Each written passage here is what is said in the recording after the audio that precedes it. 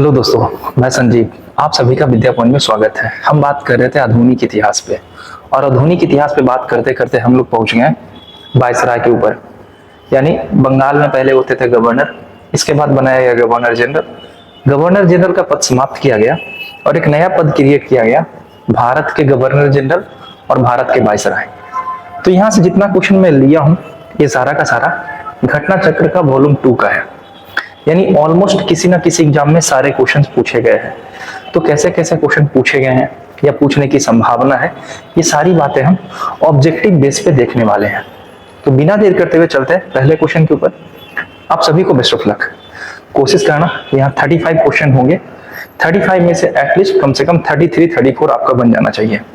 अगर ये सेक्शन आपका पढ़ा है तो, और नहीं पढ़ा है तो क्लास मेरे पास ज्वाइन कर सकते हो। सुबह 7 से लेके शाम 7 तक मेरे यहाँ क्लास चलती है, तो आप आ सकते हो। ठीक है, हम पहले क्वेश्चन पे बात करें। अच्छा, ये क्वेश्चन नंबर 41 दिख रहा होगा। यानी इससे पहले ऑलरेडी मैं एक वीडियो डाल चुका हूं जिसमें हम बात किए थे बंगाल के गवर्नर और बंगाल के गवर्नर जनरल के बारे में। यहां बात करेंगे भारत के गवर्नर जनरल और भारत के वायसराय के बारे में। कुछ बच्चे को तो यही समझ में नहीं आता गवर्नर कौन होता था, गवर्नर जनरल कौन होता था। तो मैं थोड़ी सी बातें क्लियर करता हूं, देखना समझना। एक था हमारा बंगाल का क्षेत्र, ठीक है, और बाद में ये बंगाल प्रेसिडेंसी में ही मद्रास प्रेसिडेंसी और बंबई प्रेसिडेंसी को शामिल कर दिया जाता है और नाम रख दिया जाता है भारत का क्षेत्र। ठीक है, तो बंगाल में सबसे पहला पोस्ट क्रिएट किया गया गवर्नर का, और सबसे पहले गवर्नर आपको पता होगा कौन बने थे, रॉबर्ट क्लाइव बने थे, है ना। इसके बाद बनाया गया गवर्नर जनरल का, और गवर्नर जनरल कहाँ का, तो बंगाल का। बंगाल का गवर्नर जनरल पहला कौन था, वारेन हेस्टिंग थे। उसके बाद बंगाल का गवर्नर जनरल का पोस्ट समाप्त कर दिया गया और बंगाल में ही मद्रास प्रेसिडेंसी और बंबई प्रेसिडेंसी को शामिल कर दिया गया। अब उसे कहा जाने लगा भारत का गवर्नर जनरल। तो ये बात याद रखना कि भारत का गवर्नर जनरल। अच्छा, भारत के पहले गवर्नर जनरल कौन थे, लॉर्ड विलियम बेंटिक। और एक नया पद क्रिएट किया गया जब होता है 1857 का विद्रोह। 1857 का विद्रोह जब हुआ तो ये भी पद समाप्त कर दिया गया और एक नया पद क्रिएट किया गया जिसका नाम था भारत का वायसराय का पद। और भारत का वायसराय सीधे रिपोर्ट करता था लंदन में बैठे राजा के पास। तो आज हम इस पे बात करेंगे और इस पे बात करेंगे, क्योंकि ये दोनों पे हम ऑलरेडी बात कर चुके हैं। अगर वो वीडियो नहीं देखे, मैं डिस्क्रिप्शन में लिंक दे दूंगा, एक बार देख लीजिएगा। 100% मैं कहता हूं कि इस सेक्शन से क्वेश्चन पूछना ही पूछता है। यहाँ पे देखो ना, 65 बीपीएससी में ये क्वेश्चन पूछा गया है, और जितना भी क्वेश्चन पूछा गया है वो सारा का सारा भी दिखेगा। तो क्वेश्चन क्या है, ठगों का उन्मूलन किसके नेतृत्व में हुआ था। ठगी प्रथा का अंत नेतृत्व में किसके हुआ था, और दूसरा क्वेश्चन, ठगी प्रथा का अंत किस गवर्नर जनरल के शासनकाल में हुआ था। दो क्वेश्चन आएंगे। तो उन्मूलन हुआ था कैप्टन स्लीमैन की नेतृत्व में। जैसे राजा राम मोहन राय के प्रयास से लॉर्ड विलियम बेंटिक ने सती प्रथा का अंत किया था, याद है, 1829 के समय। उसी तरीके से वही व्यक्ति लॉर्ड विलियम बेंटिक ने ही ठगी प्रथा के लिए कानून बनाया। और लॉर्ड विलियम बेंटिक के बारे में बात करें तो थोड़ा सा मेंशन आप लोग कर लेना, लॉर्ड विलियम बेंटिक, इसको मेंशन कर लेना। इनका कार्यकाल जो था वो 1828 से लेके 1835 था, और 1829 में भी सती प्रथा का अंत हुआ है, और ठगों के लिए प्रतिबंध लगाया गया, और दास प्रथा का भी अंत किया गया था। सारे के सारे काम लॉर्ड विलियम बेंटिक किए, ठीक है, तो याद रखना। अच्छा, लॉर्ड विलियम बेंटिक भारत के पहले गवर्नर जनरल है, भारत के, जबकि अंतिम गवर्नर जनरल है ये बंगाल के, ठीक है, याद रहेगा। तो ये बातें याद रखना है कि कैप्टन स्लीमैन के प्रयास से ठगी प्रथा का अंत किया गया था, किसके शासनकाल में, तो लॉर्ड विलियम बेंटिक उस समय गवर्नर जनरल थे। नेक्स्ट, विलियम बेंटिक के समय कौन से कार्य हुए हैं। अब ये क्वेश्चन है बीपीएससी का। अब क्वेश्चन की लंबाई चौड़ाई देखिए, डर मर जाना, कोई तोप नहीं है बीपीएससी या यूपीएससी। बस आपका लगन और मेहनत, डेडिकेशन, दिन भर सोचना है आपको इसी के बारे में, यानी पढ़ाई के बारे में। एक बार सफल हो जाओगे, वो सारी चीजें आपको मिल जाएगी जो आपको चाहिए, लेकिन उसके लिए थोड़ा सा मेहनत, थोड़ा नहीं बहुत ज्यादा मेहनत करना पड़ेगा। क्वेश्चन क्या है? सती प्रथा का अंत सब जानते हैं सर, 1829 में किया गया था लॉर्ड विलियम बेंटिक की मदद से। दास प्रथा का अंत ये भी किया गया था लॉर्ड विलियम बेंटिक की मदद से। और ठगी प्रथा का उन्मूलन अभी ना देखे, स्लीमैन की सहायता से लॉर्ड विलियम बेंटिक ने ठगी प्रथा का अंत किया था। 1, 2 और 4 ये धर्म परिवर्तन का कारण अयोग्यता का प्रावधान को हटाना, ये विलियम बेंटिक के काल में नहीं हुआ है। तो आंसर होगा ऑप्शन सी। बीपीएससी पहले देता था 5 ऑप्शन, अब नहीं देता है, अब 4 ऑप्शन देता है। अगर कहा जाए तो बीपीएससी 3 ही ऑप्शन देता है। चौथा ऑप्शन में रहेगा नन ऑफ दीज, ठीक है, और सीधे सीधे 3 ऑप्शन रहेंगे। तो हाँ, इसका कारण ये है ना कि निगेटिव हो गया बीपीएससी में, पहले नहीं था अब हो गया है। और कट ऑफ 90 के राउंड में जाएगा आउट ऑफ 150। तो डरने का नहीं, बस पढ़ने का। कोई भी प्रॉब्लम हो हमसे कांटेक्ट करना है, ठीक है। जीके और जीएस के मामले में सती प्रथा पर प्रतिबंध किसने लगाया था? यार ये क्वेश्चन का आंसर मैंने बताने वाला, सॉरी फॉर दैट। अभी अभी मैं ये क्वेश्चन बताया और देख लो कहां कहां क्वेश्चन पूछा गया है। तो इस क्वेश्चन का आंसर आप हमें कमेंट में आंसर जरूर देना। मैं थोड़ा सा क्वेश्चन और घुमा रहा हूं बिना बताए, चलो मैं बता भी देता हूं। सती प्रथा का अंत के लिए कानून नंबर कौन सा था? तो कानून नंबर था 17। ये मेंशन कर लेना, लॉर्ड विलियम बेंटिक ने कानून नंबर 17 की सहायता से ठगी प्रथा का अंत किया था। अब कब किया था? 1829 में किया था। इसके लिए आंदोलन कौन कर रहे थे? राजा राम मोहन राय कर रहे थे। तो आंसर होगा लॉर्ड विलियम बेंटिक। चलो मैं ही आंसर कर दिया, आगे चलते हैं। अभी पिक्चर बाकी है मेरे दोस्त, बहुत सारे क्वेश्चंस आएंगे और बहुत सारा क्वेश्चन मैं आपको छोड़ के ले जाऊंगा आपके लिए। तो कोशिश करना कि आंसर आप देते जाना, ठीक है ना। इंटरटेनिंग तरीके से हम सारे के सारा क्वेश्चन सॉल्व कर लेंगे आराम से, है ना, और याद भी होता चला जाएगा आपको। बीपीएससी का नेक्स्ट क्वेश्चन 2017 देखते हैं क्या पूछा है। सती प्रथा को गैर कानूनी किसने घोषित है? तो आप ऐसे बना दोगे आप ना, इस क्वेश्चन का आंसर आप बनाना ना। चलते हैं, ऐसे क्वेश्चन पे टाइम खर्च करना नहीं है, सीधे मारना है और आगे बढ़ना है, ठीक है, एकदम बिल्कुल टाइम नहीं खर्च करना। विलियम बेंटिक ने सती प्रथा को कब समाप्त किया? अब देख लो, ऐसी एक ही क्वेश्चन को घुमा रहा है, तो हम घूमने वाले थोड़ी हैं, आगे बढ़ेंगे। अच्छा, आगे मैं बढ़ तो जरूर रहा हूं, लेकिन आपको आंसर करना है, यानी कि आप भी मेरे साथ फुल स्पीड में डबल स्पीड करके बढ़ाते चले जाना, ठीक है। स्किप करना है लेकिन आंसर के साथ स्किप करना है, ठीक है, मजा आने वाला है। आगे, हिल असेंबली प्लान किसके द्वारा आदिवासी, देखो आदिवासी जब बात आएगा ना तो झारखंड का बात आएगा, ठीक है, उन्नति के लिए किया गया था।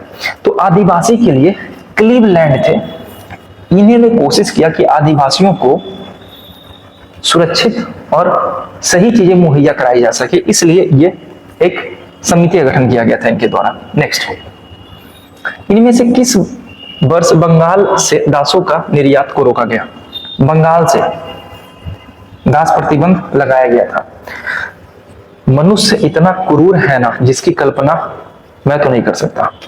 इसका कारण भारत में जितने भी, भारत नहीं बल्कि दुनिया, वर्ल्ड, हमारी धरती पॉल्यूटेड होने का एकमात्र कारण है मनुष्य। यहाँ पे देखो, मनुष्य ही मनुष्य को बेच रहा है और खरीद रहा है, ठीक है। बलि प्रथा थी, नर बलि प्रथा, खोंड जनजाति था जो नर बलि प्रथा देता था, अंग्रेज आए समाप्त कर दिए। तो हमारे समाज में सती प्रथा था, अगर कोई व्यक्ति मर गया तो उसकी पत्नी को उसके साथ जिंदा जला दिया जाता था। तो ये प्रथा थी, प्रथा नहीं थी, ये कुप्रथा था, और कुप्रथा को समाप्त करना उचित होता है। ये जो किया गया था 1789 में किया गया था। नेक्स्ट, और ये भी झारखंड पीसीएस का क्वेश्चन है। डलहौजी द्वारा अवध का अंग्रेजी राज्य में विलय निम्नलिखित में से किस रीति से हुआ था?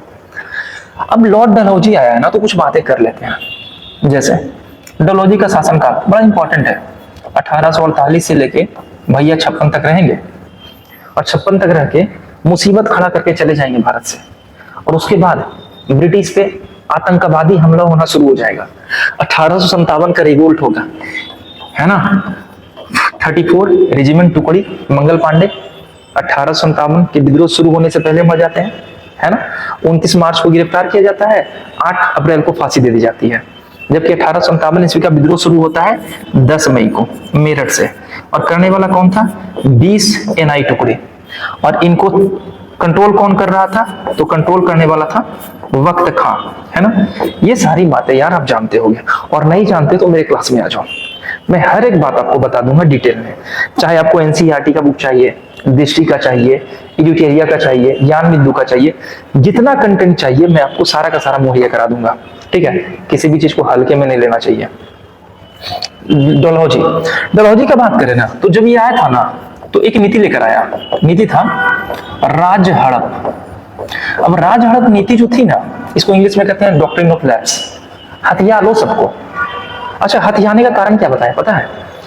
कि वैसा क्षेत्र जिसका दत्तक पुत्र नहीं है, यानी खुद का पुत्र नहीं है ना, वो पुत्र गोद नहीं ले सकता। अपना पुत्र नहीं है तो उसके साम्राज्य को ब्रिटिश साम्राज्य में मिला दिया जाएगा। इसी तरीके से नागपुर, सतारा, संभल, झांसी, ग्वालियर, अवध सबको एक एक करके मिलाया जाता है। तो एक बार सीक्वेंस में देखते हैं। सबसे पहली बार क्वेश्चन पूछता है कि सबसे पहले किसको मिलाया गया था? सतारा को मिलाया गया था बुआ 1848 में। इसके बाद बात करें तो जैतपुर और संभलपुर को मिलाया गया, और ये मिलाया गया था 1849 में, ठीक है। इसके बाद मिलाया गया बघात को, बघात को मिलाया गया था 1850 में। इसके बाद मिलाया गया उदयपुर को। जैसे जैसे मैं मेंशन करते जा रहा हूं, कृपया करके अपना भी हाथ थोड़ा चला लेना, ठीक है। दिमाग तो चला ही रहे होगे। अच्छा, हाथ से ज्यादा दिमाग चलाते हो ना, कि स्पीड में करके देख रहे हो? हड़बड़ी में मत रहो, सक्सेस से कोई शॉर्टकट नहीं होता, ये सारी चीजें करनी पड़ेगी। मैं भी बैठ के दिन भर यही करता हूँ, ठीक है। पांचवा देखिए, इसके बाद आता है हमारा बघात हो गया, उदयपुर हो गया। इसके बाद आता है झांसी, झांसी और साथ साथ लिख लेना नागपुर। ये दोनों को मिलाया गया था 1854 में, और सबसे अंत में मिलाया जाता है किसको? अवध को, और अवध को मिलाया जाता है 1856 में। और 1856 में एक चीज और लिख लेना यहाँ पे, यहीं पे विधवा पुनर्विवाह आया है, विधवा पुनर्विवाह, ठीक है, के लिए कानून बनाया गया था 1856 में। अब क्वेश्चन ये नहीं है कि अवध को कब मिलाया गया, क्वेश्चन ये है कि क्या आरोप लगाकर मिलाया गया। देखो, अवध एक ऐसा क्षेत्र है ना जिसके ढेर सारे संतान थे। अवध क्षेत्र था कौन, पहले ये बात करते हैं। इतिहास में कुछ ऐसी क्षेत्र है जिसका बच्चे नहीं जानते हैं, जैसे में अवध, अवध था उत्तर प्रदेश का क्षेत्र, मगध, मगध था बिहार का क्षेत्र, कलिंग, कलिंग था उड़ीसा का क्षेत्र, मद्रास, मद्रास था तेलंगाना और आंध्र प्रदेश का क्षेत्र, सौराष्ट्र, सौराष्ट्र कहते थे कर्नाटका महाराष्ट्र के क्षेत्र को। तो ये सारा जो क्षेत्र है ना, पहले किसी और नाम से जाना जाता था, अब किसी और नाम से जाना जाता है। तो अवध का ये दिया गया दलील कि भैया अवध अपने साम्राज्य में लोगों को ना, जनता को देखभाल कर नहीं रहा, जनता उसे संभल नहीं रही है, तो कुशासन का आरोप लगाकर लॉर्ड डलहौजी अवध को अपने क्षेत्र में मिला दिया। तो याद रखना कब कब मिलाया गया है, पहली बार किसे मिलाया गया था, अंतिम बार किसे मिलाया गया है, ठीक है। आगे चलते हैं। आई होप कि मजा आ ही रहा होगा, लाइक कर दिए होगे। जो क्वेश्चन मैं पूछ रहा हूँ कमेंट में आंसर जरूर करना। अगर आप फेसबुक पे देख रहे हो, यूट्यूब पे चले जाना, चैनल को लाइक कर लेना, फेसबुक वाले पेज को भी फॉलो कर लेना, और इंस्टाग्राम पे भी देख रहे हो ना तो इसको भी फॉलो कर लेना, ठीक है। आगे चलते हैं। निम्न में से किस देशी रियासत को अंग्रेजों ने अपने क्षेत्र में नहीं मिलाया था? अब देखो यार, पूरा का पूरा हम बता दिए है ना। अच्छा, यहाँ पे ग्वालियर को ही मिलाया है, ग्वालियर मेरे से छूट गया तो ग्वालियर को ही मेंशन कर लेना। ये ग्वालियर को ही मिलाया गया था 1852 में, ठीक है। इसको मिलाया गया था, अवध को मिलाया गया था 1856 में, और सतारा को मिलाया गया था 1848 में, ठीक है। ये सिंध के क्षेत्र को नहीं मिलाया गया था, तो आंसर होगा सिंध, ठीक है। आगे चलते हैं। हाँ, कभी कभी छूट जाता है, क्या हो गया, आपसे नहीं होता है, छूटता है। नेक्स्ट, ब्रिटिश साम्राज्य के अवध का विलय हुआ था। ब्रिटिश साम्राज्य में अवध का विलय कब हुआ? ना एक्सपेक्टेशन भी मत करना कि इसका आंसर हम देने वाले हैं, ये आप दोगे। यूपी पीसीएस मेंस का है और ये प्री का है, इसका आंसर आप देना। अभी मैं बता चुका हूं 2 क्वेश्चन में। हाँ, सेम क्वेश्चन, देखो क्वेश्चन को घुमा घुमा के पूछ रहा है, इसको सीक्वेंस में अरेंज करना है। तो मैं पूरा का पूरा बता दिया था, नहीं, इसका आंसर मैं ही दे देता हूँ, परेशान मत हो। इसको कब मिला था? 1848। इसको कब मिलाया गया था? 1850। इसको कब मिलाया गया है? 1852। इसको कब मिलाया गया है? 1854। देख रहे हो ना विनोद, हर 2-2 साल में एक नए क्षेत्र को मिला लिया जाता है। और लास्ट में किसको मिलाया गया? अवध को। और खुशखबरी ये है ना कि ये भी 2 साल के बाद मिलाया गया था, है ना। ऐसा कोई कॉन्सेप्ट नहीं है, क्योंकि जैतपुर और संबलपुर को मिलाया गया था 49 में, बाकी सब सीक्वेंस में चल रहे हैं। तो पहले 1, फिर 3, फिर 4 और फिर 2, ऑप्शन होगा सी। अगर एक बार चीजों को अच्छे से पढ़ लोगे तो आप एक्सप्लेन भी अच्छे से कर सकते हो, और समझ भी सकते हो अच्छे से, और समझा भी सकते हो अच्छे से, है ना। नेक्स्ट, अधोलिखित युग्मों में से कौन सुमेलित है? 17 48 में मिला है भैया। ये हमारा पंजाब, ये तो मिला ही नहीं था। पंजाब में रंजीत सिंह का शासन था इस समय, तो बातें अलग चल रही थी, अमृतसर की संधि और ये सब बाद में कर लेंगे ना। ठीक है, आगे अवध कबीले। हाँ, अवध कबीले तो 56 में हुआ है। झांसी, अच्छा झांसी को कब मिलाया गया था? चलो फटाफट आंसर करना। तो ये गलत दिया हुआ, इसको सही करके आंसर दे देना आप लोग। भारत में ब्रिटिश शासन के दौरान निम्नलिखित राज्यों में से किसका विलय क्रम से सजाइए? खुद आंसर दे दोगे? चलो इसको भी छोड़ दे रहा है ना, इसको भी छोड़ दे रहा है, इसको भी खुद से कर लेना, क्योंकि मैं ऑलरेडी बता चुका हूं। तो मैं आशा कर रहा हूं कि ये सारी चीजें आपको समझ में आ रही होगी और आंसर ये दे दोगे। ठीक है, आगे चलते हैं। डलहौजी की विलय नीति का प्रथम शिकार कौन हुआ था? तो प्रथम शिकार कौन हुआ था मैं तो पहले बता चुका हूं, कौन हुआ था। इसका भी आंसर आप दे देना। मैं ये क्वेश्चन आपको लग रहा होगा रिपीटेड में ला रहा हूं, मैं कुछ नहीं कर रहा सर। ये सारे के सारे क्वेश्चन किसी ना किसी एग्जाम में पूछे गए हैं घुमा घुमा कर, तो मैं बस आपको दिखा दे रहा हूं कि देख लो, हर एक क्वेश्चन इंपॉर्टेंट होता है। ठीक है, जैसे हर एक दोस्त जरूरी होता है ना, कुछ जरूरी नहीं होता। जरूरी है क्वेश्चन, जरूरी है पढ़ाई, और जरूरी है जॉब लेना और सेटल होना। इसके अलावा कोई आपके साथ खड़ा नहीं होने वाला।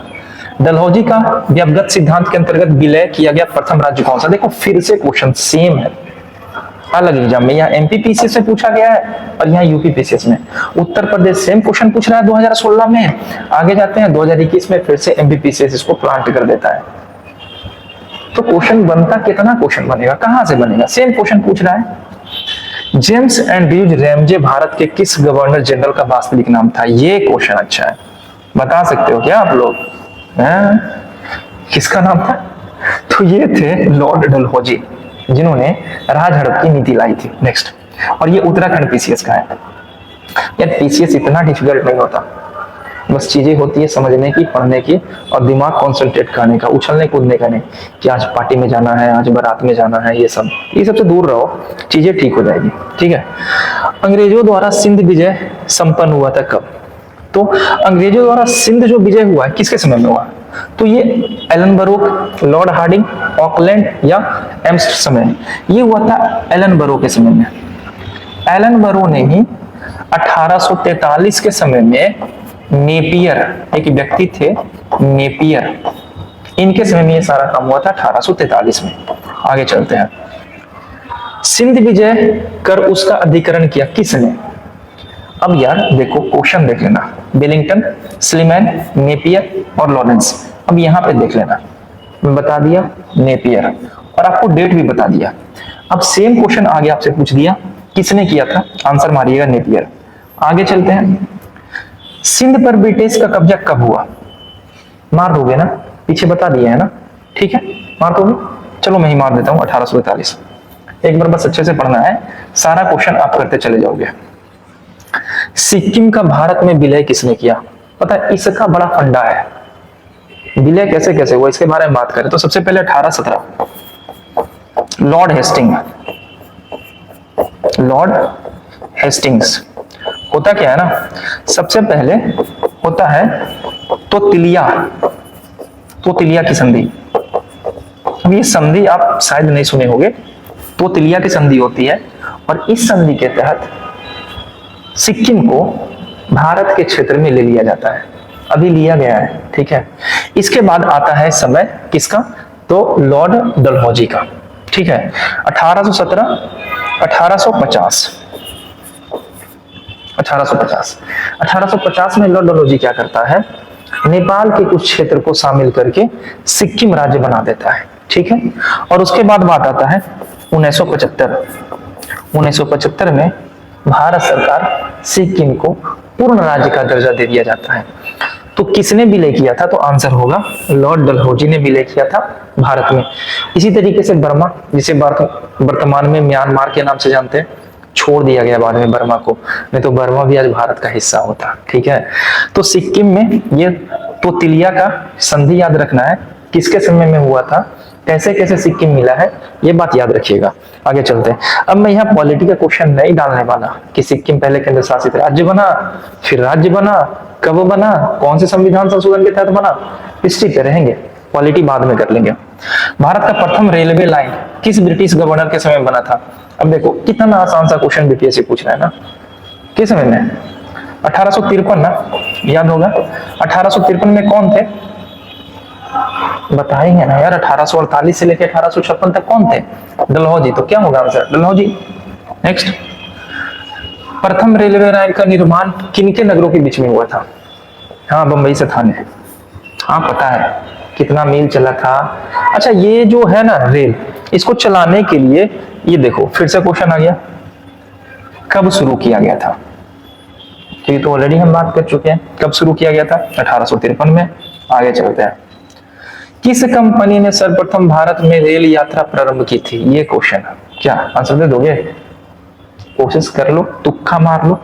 मैं बता ही दे रहा हूं, ग्रेट इंडियन पेनिनसुला रेलवे, ये जो था सबसे पहले भारत में रेल यात्रा प्रारंभ किया था। देखो, रेलवे का निर्माण यात्रियों के ढोने के लिए नहीं किया गया था, वस्तुओं को ढोने के लिए किया गया था। चूंकि जनसंख्या बढ़ने के कारण और सुविधाजनक होने के कारण बाद में ये यात्रियों के लिए प्लांट कर दिया गया है ना। आगे चलते हैं। ब्रिटिश भारतीय राज्य क्षेत्र का अंतिम प्रमुख विस्तार किस समय में हुआ है? सबसे अंतिम विस्तार किस समय में हुआ है? तो पता है, सबसे अंतिम विस्तार बर्मा को भारत में विलय करके होगा, और विलय करने वाले कौन होंगे? लॉर्ड डफरिन साहब। ठीक है, आगे चलते हैं। विधवा पुनर्विवाह अधिनियम किसके शासनकाल में आया था? तो विधवा पुनर्विवाह आया कब था? तो आया था 1856 में। अब आप सोच रहे होंगे कि 1856 में तो लॉर्ड विलियम बेंटिक है, तो खुशी की बात यह है कि ऑप्शन में लॉर्ड विलियम बेंटिक है ही नहीं है। अगर रहता तो आप फंस जाते हैं। 1856 में आते हैं लॉर्ड कैनिंग, और लॉर्ड कैनिंग आते हैं भारत के प्रथम से पहले हम इसके बारे में बात करते हैं, अंतिम गवर्नर जनरल। अच्छा, कहाँ के? भारत के, ये मत भूलिएगा। भारत के अंतिम गवर्नर जनरल बन के आते हैं लॉर्ड कैनिंग 1856 में। बीच में 1857 का विद्रोह होता है, और 1858 में एक नया पोस्ट बनता है वायसराय का, और भारत के पहले वायसराय होंगे लॉर्ड कैनिंग। तो क्वेश्चन अगर आपसे पूछा जाए कि भारत के अंतिम गवर्नर जनरल कौन? Lord Canning. भारत के पहले वायसराय कौन? Lord Canning. ठीक है, समझ में आ गया। अच्छा, लॉर्ड कैनिंग का शासन काल कब से कब तक था? तो 1856 से लेके 1862 तक था। अब 1856 से 62 तक जितने भी क्रियाकलाप होंगे वो सारे के सारे कैनिंग के कार्यकाल में होंगे। तो विधवा पुनर्विवाह किसके समय में आएगा? अच्छा, विधवा पुनर्विवाह के लिए कौन वो व्यक्ति था जिसने आश्रम खोला था? तो उनका नाम था ईश्वर चंद्र विद्यासागर। नेक्स्ट, निम्न में से कौन भारत के एक प्रथम वायसराय थे? ना, बिल्कुल नहीं ना, सोचना भी मत कि इसका आंसर हम देने वाले हैं। अभी अभी हम डिटेल में बताएं आपको, तो इसका आंसर आप ही को देने मत पड़ेगा। ठीक है, आप सोच रहे हो ना कि ऐसा क्वेश्चन, देखो मैं एक्सप्लेन कर रहा हूँ चीजें, क्लास में भी ऐसे ही होती है। मैं आपको आगे एग्जाम में कैसा क्वेश्चन आने वाला है मैं वो आपको बता ही दूंगा। अब एग्जाम में जाने के बाद आप बना पाते हो कि नहीं, ये आपकी जिम्मेदारी है। मेरी जिम्मेदारी थी क्लास में वो चीजें बता देना जो एग्जाम में आने वाला है। अब आप नहीं बना पा रहे हो तो इसकी जिम्मेदारी आपकी। अब ये क्वेश्चन आप करोगे, मैंने 1 नवंबर 58 को महारानी विक्टोरिया की घोषणा पत्र पढ़कर सुनाया था लॉर्ड कैनिंग ने। देखो क्वेश्चन पहले समझना, क्वेश्चन में भी क्वेश्चन है, 2 क्वेश्चन है क्वेश्चन में। पहला, महारानी ने घोषणा पत्र दिया था, कौन थी महारानी? विक्टोरिया। यानी क्वेश्चन पूछे 1857 ईस्वी के विद्रोह के समय इंग्लैंड की महारानी कौन थी? Answer Victoria. 1857 ईस्वी के बाद महारानी विक्टोरिया ने अपना घोषणा पत्र कब जारी किया? 1 नवंबर 58 को। घोषणा पत्र, महारानी की घोषणा पत्र पढ़ने वाला व्यक्ति कौन था? Lord Canning. 3 क्वेश्चन तो आपके क्वेश्चन में दिया गया है। अगर ये बातें आप नोट करके चल रहे हैं, ये सारी चीजें, तो पक्का है एग्जाम में सिलेक्शन होना ही होना है, क्योंकि ये तीनों क्वेश्चन घुमाकर कहीं ना कहीं पूछा गया है। अभी क्या आपसे पूछा जा रहा है कि ये बता दीजिए कि कहां पढ़ा गया था? तो ये पढ़ा गया था इलाहाबाद में, और पढ़ने में ये बोला गया था कि अब भारत का गवर्नर जनरल का पद समाप्त किया जाता है, वायसराय के पद को क्रिएट किया जाता है, राज हड़प नीति के तहत जिसके भी क्षेत्र को हड़पा गया था ब्रिटिश साम्राज्य में उसे वापस कर दिया जा रहा है, और सभी राजाओं को ये फिर से अधिकार दिया जा रहा है कि वो गोद ले सकते हैं। ये सारी की सारी बातें इस घोषणा पत्र में की गई थी। ठीक है, आगे चलते हैं। अपने पुत्र के स्थान पर दूसरे उत्तराधिकारी को गोद लेने का अधिकार को पुनः स्थापित किया गया था। देखो, तो पुनः स्थापित किया गया था कब? तो ये किया गया था 1857 की समग्र की घोषणा ने। ये जो घोषणा आया ना 1857 का, इसमें लॉर्ड कैनिंग जब पढ़े थे विक्टोरिया घोषणा पत्र, इसमें कहा गया था कि भैया जिसको जिसको फिर से लेना है, अच्छा, अधिकार पुनः स्थापित किया, दूसरे अधिकार, हाँ 1858, ठीक है, यही होगा। नेक्स्ट, निम्नलिखित में से किस गवर्नर ने भारत में दास प्रथा समाप्त किया था? दास प्रथा समाप्त करने वाले कौन थे? तो दास प्रथा समाप्त करने, चलो इसका आंसर आप दे देना, नहीं मैं नहीं देने वाला, मैं ऑलरेडी बता चुका हूं, बार बार नहीं बताने वाला। कौन सा युग्म सुमेलित है? चलो देखते हैं। लॉर्ड कर्नवालिस सुमेलित है ना, तो कर्नवालिस जो लाया था अस्थायी बंदोबस्त, लॉर्ड बेलेजली चतुराईपूर्ण, लॉर्ड डलहौजी सहायक संधि, और लॉर्ड कैनिंग भारतीय राष्ट्रीय कांग्रेस की स्थापना। डफरिन के समय में हुआ है भारतीय राष्ट्रीय कांग्रेस की स्थापना। डलहौजी हड़प की नीति लेकर आया था, बेलेजली सहायक संधि लेकर आया था, कॉर्नवालिस अस्थायी बंदोबस्त लेकर आए थे, और ब्रिटिश साम्राज्य के 19% हिस्से पर ये अस्थायी बंदोबस्त लेकर आए थे। ठीक है, बेलेजली क्या किए थे? तो ये सहायक संधि लेकर आए थे, याद रखिएगा, मैं मेंशन कर दे रहा हूं, सहायक संधि। अगर बात करें डलहौजी तो हम पिछले बार देख रहे हैं कब से, हड़प नीति लेकर आए थे। अगर बात करें कैनिंग का, तो लॉर्ड कैनिंग भारत के प्रथम वायसराय है ना, और लॉर्ड कैनिंग के कार्यकाल में ढेर सारी चीजें होती है, जबकि भारतीय राष्ट्रीय कांग्रेस की स्थापना होता है डफरिन के कार्यकाल में, और कब होता है? तो 1885 में। ठीक है, और पहली बैठक कहाँ होती है? चलो कमेंट में मेंशन करना तो आंसर सही नहीं है, वहां पे था सही है, यहाँ पे था सही नहीं है।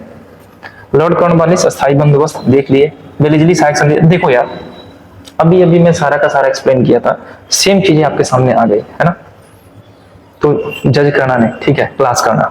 डलहौजी हड़प की नीति, कैनिंग उच्चतम निष्कर्ष था, आंसर होगा ये मैच नहीं है, बाकी सारा बेलेजली लाया था ना सहायक संधि, डलहौजी लाया था हड़प नीति, और लॉर्ड कैनिंग लाया था हमारा कौन? अस्थायी बंदोबस्त। ठीक है, आगे चलते हैं।